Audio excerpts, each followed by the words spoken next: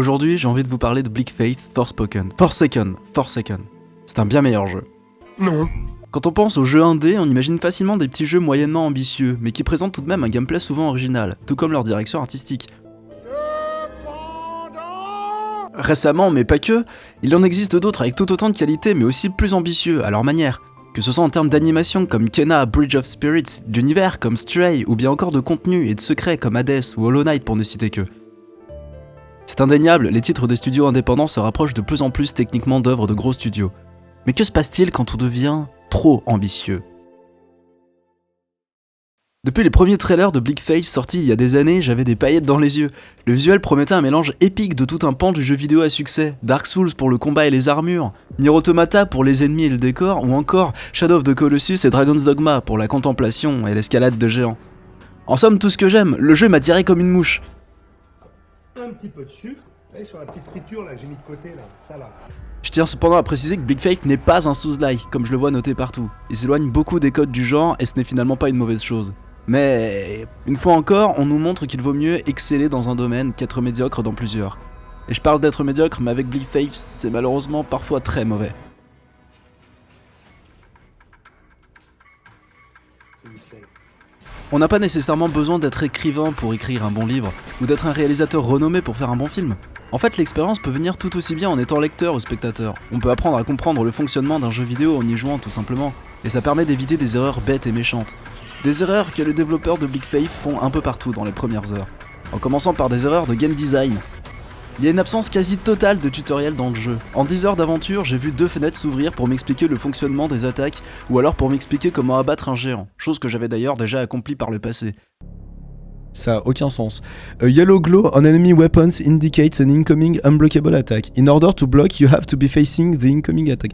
Donc ça te dit que c'est une attaque imbloquable, et que pour la bloquer, déjà ça n'a pas de sens. Tout ce qui est dans le menu de pause, oui on peut mettre pause, c'est pas un Souls-like.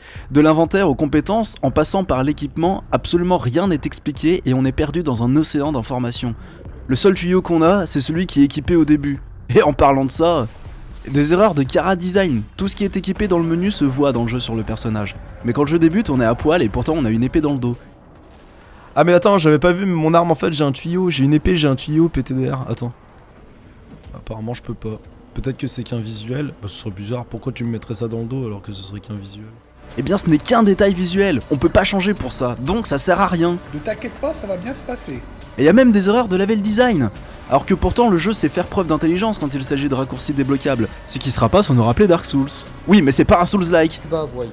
Alors pourquoi il y a ce passage super long sur les rails de train qui nous emmène dans une zone pas finie avec absolument rien à faire ? Calmez-vous. J'ai compris sur le moment que j'étais dans une zone dans laquelle je devais avoir accès plus tard, sûrement par un train. Et ce tunnel qui devient anormalement sombre est en fait un point de téléportation.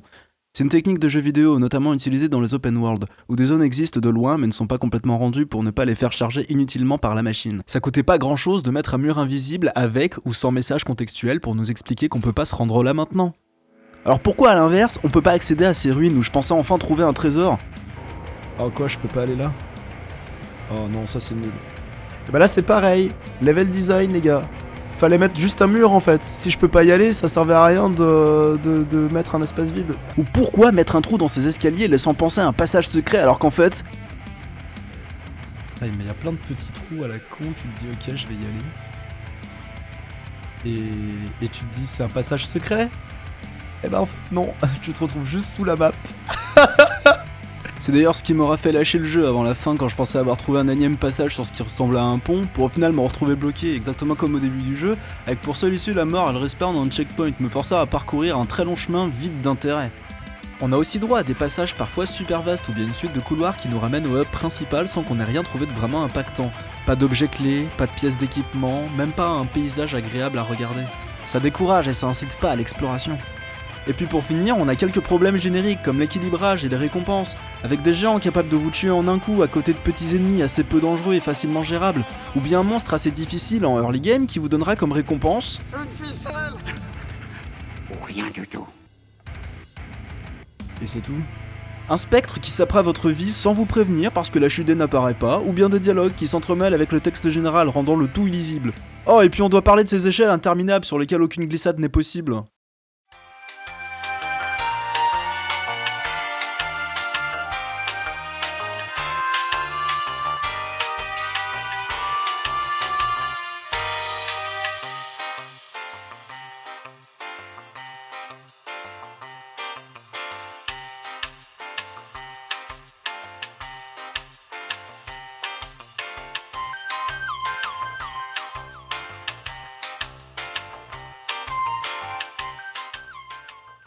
Je sais pas si vous avez...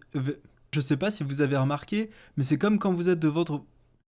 Je sais pas si vous avez remarqué, mais c'est comme quand vous êtes devant votre micro-ondes et que le temps on dirait qu'il passe super lentement. Faux! Je crois que ce qui m'aura le plus marqué, c'est la rencontre avec le premier PNJ non hostile après le premier boss. Il a 2 pauvres lignes de dialogue, dont une question à laquelle on ne saura répondre car il n'y a aucune possibilité de réponse, suivi d'un adieu spammable pour nous faire comprendre qu'il n'a plus rien à dire. C'est tout, pas de présentation de l'univers qui nous entoure, de qui il est, de pourquoi il est ici, rien. Quoi? Je vous envie, vous êtes très brave. Depuis combien de temps êtes-vous ici? Adieu. En fait, il ressemble à ce qu'on pourrait définir comme le test d'un apprenti en développement qui cherche à faire parler son premier personnage dans un jeu, et c'est bien dommage de l'avoir laissé comme ça. Je dois y aller. Tout ça agrémenté de quelques bugs de début de sortie du jeu vidéo, comme des problèmes de collision, clipping, des lumières mal gérées et aveuglantes, des boss qui disparaissent, il est où? Et j'en passe. Et c'est tellement dommage, parce que le jeu part quand même d'une bonne intention. Regrouper tous les éléments qu'on aime d'anciens jeux en un univers intrigant qui ne demande qu'à voir ses secrets révélés. L'omnistructure, rien qu'à son nom, qui est composé d'éléments de medieval fantasy à la science-fiction, tout en passant par des paysages modernes et actuels. Ça laisse pas indifférent le joueur qui a vécu déjà des dizaines de vies dans des ambiances similaires. Pour résumer, je pense que les développeurs de Bleak Faith Forsaken ont voulu faire trop de choses en allant trop loin, et quand c'est notre premier jeu vidéo, ou premier projet tout court d'ailleurs, mieux vaut viser petit d'abord. 3 à 4 ans de développement pour son premier jeu sur toute cette envergure, c'était trop ambitieux. Mais là où il aurait fallu être honnête, et c'est ce qui m'a incité à sortir cette vidéo un peu salée, c'est que le jeu aurait dû être annoncé comme un accès anticipé. Le trailer paraît vraiment mensonger une fois le jeu entre les mains, on se sent un peu trahi. Je suis pas particulièrement optimiste quant à l'avenir de ce jeu aux aspects prometteurs. Dans un an ou deux, le jeu sera certainement plus jouable, avec des tas de bugs résolus, et peut-être même qu'il aura droit à une traduction localisée pour le rendre plus accessible, mais quitte de tous ces problèmes de game design et de level design. Je l'espère malgré tout parce que je dois avouer que j'éprouve malgré tout une certaine attirance pour l'univers et il me tarde de le voir plus abouti. Alors, je commence. Alors, un petit peu de sucre là sur la friture. Bah ouais, hein. Quand même un peu de sel encore. Heureusement que j'ai mis le pied sur la friture. C'est dommage, c'est vachement bon ça. En plus, ça, je regrette. Bon, moi j'ai dit tout ce que j'avais à dire. Allons voir du côté des avis Steam. On commence avec un premier avis positif qui nous dit: I'm French, but I'm writing this review in English because the world Need to know. La direction artistique est ce que je chéris le plus dans les Souls-like. Et l'aventure.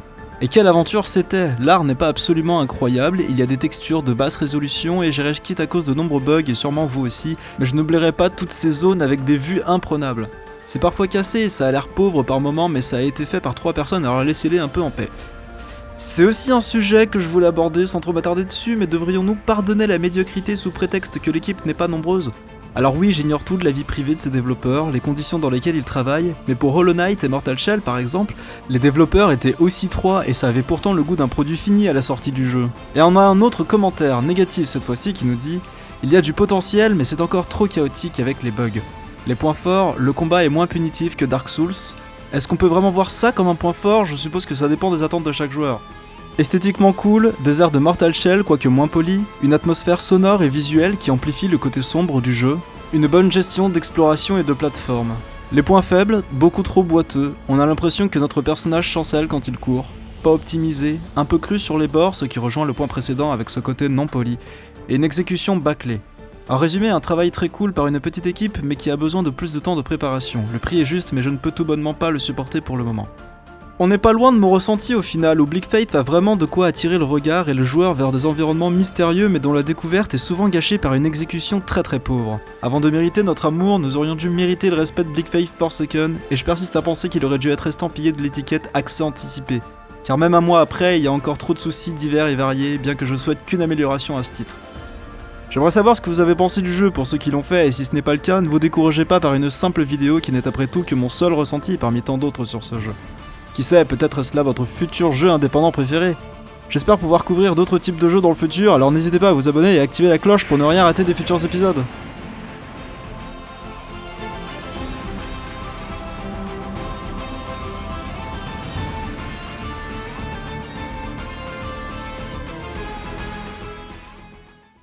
Là j'ai sorti mon tuyau